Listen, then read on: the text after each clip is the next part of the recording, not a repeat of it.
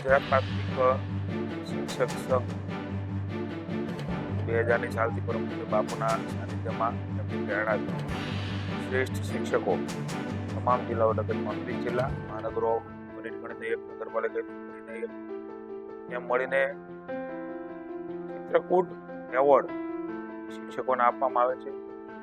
મહુવા તાલુકાના નિવૃત્ત શિક્ષકોને પણ આપવામાં આવે છે. હું શિક્ષક સંઘના પ્રમુખ ટીમને પૂજ્ય બાપુના ચરણોમાં વિશેષ પ્રણામ કરીને એમને અભિનંદન આપું છું કે 2.5 લાખ શિક્ષકોમાંથી શ્રેષ્ઠતમ શિક્ષકોને પસંદ કરવા ખૂબ મોટી બાબતો છે.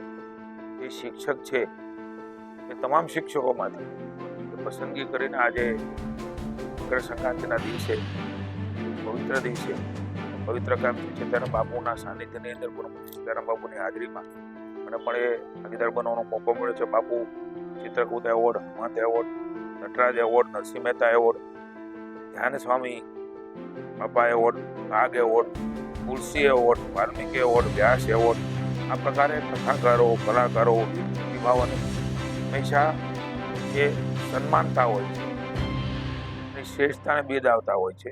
એક વંદનનો આ કાર્યક્રમ ગુરુજનો જે પ્રકારે ચિત્રકૂટ એવોર્ડ પ્રાથમિક શિક્ષક સંઘ દ્વારા પણ અલગ અલગ પ્રકારે અમને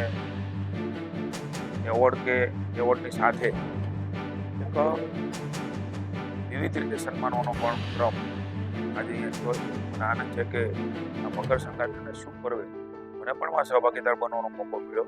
બાપુની ખૂબ પ્રેરણા અને આશીર્વાદ સૌને મળ્યા છે. બાપુએ એમની જે શૈલી છે એમાં બધાના જીવનમાં કંઈક ને કંઈક પ્રાપ્ત થાય અને નવી શાળાઓ એ સરકારમાં નથી, વ્યવસ્થામાં નથી, પણ જીવનની શાળાઓ